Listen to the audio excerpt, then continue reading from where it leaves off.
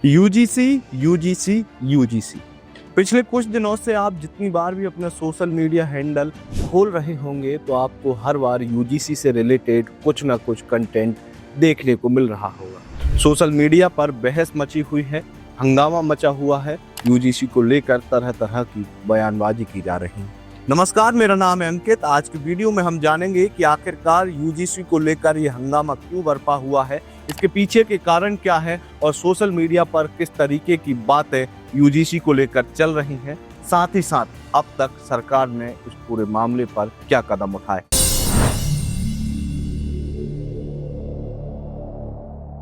University grant commission UGC ने 15 जनवरी 2026 से नए नियम लागू किए हैं। सरकार के मुताबिक इनका मकसद साफ है कि कॉलेज और विश्वविद्यालय में जाति, लिंग या सामाजिक पृष्ठभूमि के आधार पर किसी के साथ कोई भेदभाव ना हो। लेकिन जैसे ही ये नियम सामने आए, छात्रों और शिक्षकों के बीच एक बड़ी बहस शुरू हो गई। सबसे ज्यादा चर्चा है कि ओबीसी को इन नियमों के दायरे में क्यों शामिल किया गया और इससे सवर्ण छात्रों पर क्या असर पड़ेगा। नए नियमों के खिलाफ सबसे ज्यादा विरोध जनरल कैटेगरी के छात्रों और कुछ संगठनों में है। उनका कहना है कि नियम सिर्फ एसटी, एससी और ओबीसी के छात्रों की सुरक्षा करते हैं, जबकि इन नियमों का गलत इस्तेमाल कर जनरल कैटेगरी के छात्रों के खिलाफ झूठी शिकायतें हो सकती हैं। इसके चलते कई कॉलेज और यूनिवर्सिटी में प्रदर्शन और हंगामा मचा हुआ है। अब तो मध्य प्रदेश की राजधानी भी इस हंगामे से अछूती नहीं रही। राजधानी भोपाल में भी यूजीसी के इन्हीं नियमों के खिलाफ लोग सड़कों पर उतरे हैं और प्रदर्शन किया है।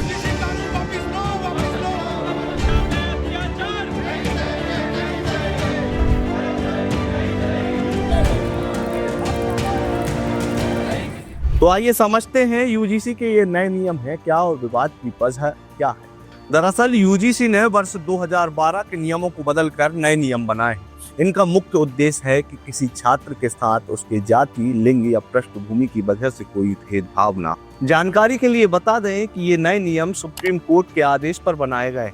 साल 2025 में रोहित वेमुला और पायल तडवी जैसे मामलों के बाद कोर्ट ने यूजीसी को पुराने नियम सुधारने और भेदभाव को रोकने के लिए कदम उठाने को कहा था।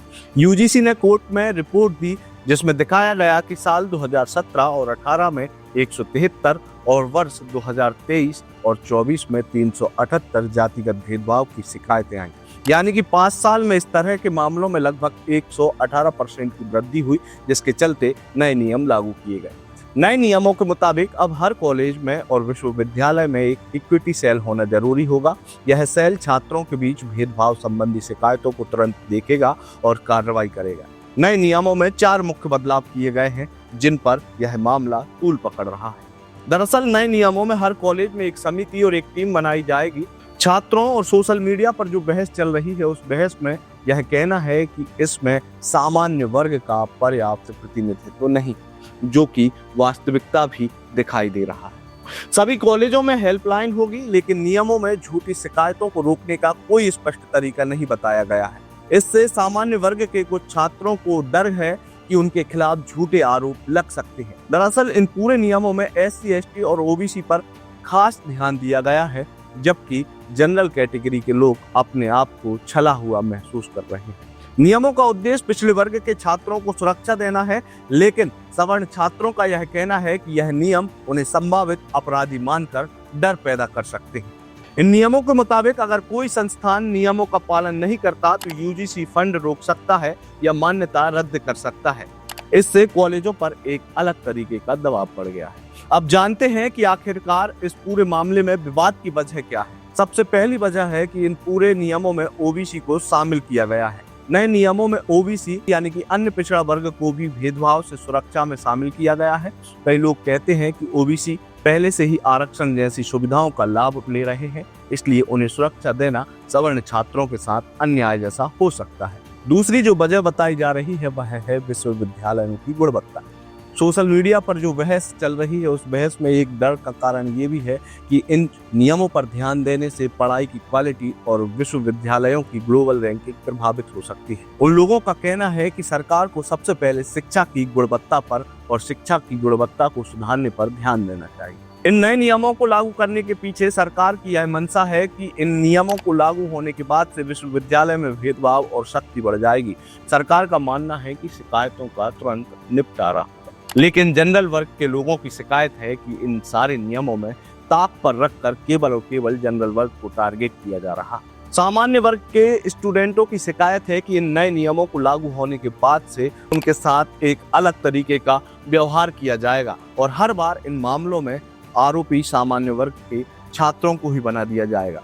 जो लोग इन नियमों का समर्थन कर रहे हैं उनके मुताबिक इन नियमों को लागू होने के बाद से पिछड़े वर्ग के छात्रों के लिए यह नियम सुरक्षा का काम करेंगे और उन्हें बराबरी का मौका देंगे। लेकिन यहाँ भी सवाल उठ रहा है कि बराबरी के मौका देने में हर बार सामान्य वर्ग के छात्रों के साथ इस तरीके का भेदभाव क्यों किया जा रहा है कि कुछ भी हो आरोपी हमेशा सामान्य वर्ग के छात्र ही हों। लेकिन कुछ छात्रों और शिक्षकों की चिंता ये भी है क्योंकि वे सोचते हैं कि इन नियमों का गलत इस्तेमाल किया जाएगा और किया जा सकता है।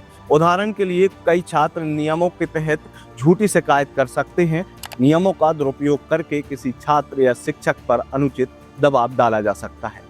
इससे कॉलेज और विश्वविद्यालय में तनाव बढ़ सकता है और छात्रों के बीच आपसी भरोसा और माहौल प्रभावित हो सकता है। इसलिए कुछ लोग मानते हैं कि नियमों को लागू करते समय सावधानी और स्पष्ट दिशा निर्देश बहुत जरूरी है। इन नियमों से असंतुष्ट छात्रों ने चेतावनी दी है कि अगर यूजीसी ये नियम वापस नहीं लेता तो उन्हें सड़कों पर उतरकर आंदोलन करना पड़ेगा। वो आंदोलन करने मजबूर हो जाएंगे। मामला अभी सुप्रीम कोर्ट में विचाराधीन है। इसको लेकर सुप्रीम कोर्ट क्या निर्देश देता है वो भी अभी देखने लायक होगा। हाल ही की अपडेट ये है कि इस मामले में ऐसा कहा जा रहा है कि कहीं न कहीं केंद्र सरकार भी इस पूरे नियमों पर नए सिरे से विचार करने का प्रयास कर रही है। केंद्र सरकार इस पूरे मामले को लेकर एक नई कमेटी बनाने का भी प्रयास कर रही है। ये जानकारी सूत्रों के मुताबिक निकल कर सामने आई है। देखना ये होगा कि आखिरकार इन नियमों को लेकर अब आगे क्या होने वाला है। कहा तो ये तक जा रहा है कि बात जब उठी है तो दूर तलक जाएगी। इस मामले को लेकर सरकार के आगामी कदम क्या होंगे और इस पूरे मामले को लेकर आपके क्या विचार हैं हमारे कमेंट बॉक्स में जरूर आप बताएं। इसके अलावा आपको यह वीडियो यह जानकारी पसंद आई हो तो इसे अपने दोस्तों और रिश्तेदारों के साथ साझा करना ना भूलें। आपका बहुत बहुत धन्यवाद। लगातार जुड़े रहने के लिए आयुक्त को सब्सक्राइब जरूर करें।